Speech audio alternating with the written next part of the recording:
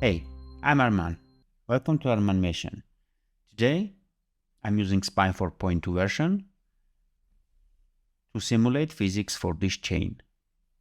I'm trying to simulate a version where both of the tips of the chain are anchored. But whatever I do, there are some side effects. For example, in this situation, I'm able to maintain the rigidness of the joints, but I only can anchor one point. And the moment the physics is applying, you can see the other end is sliding along the path.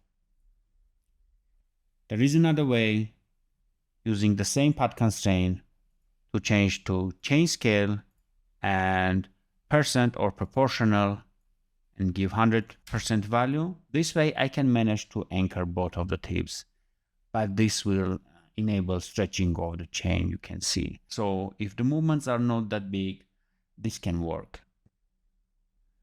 But if you are up to keeping the solidness of the chain, maybe the other option would work better. If you are curious, here's how I did this one. So first of all, we have two sets of bones. I'm creating I key for each set. But instead of creating two targets, I will use this one, which we already have. So this is kind of set up. The next thing with this I key, I would go ahead and enable some softness to avoid snapping. After that, I just need to align the path to it and bind it to the bones, which we have here.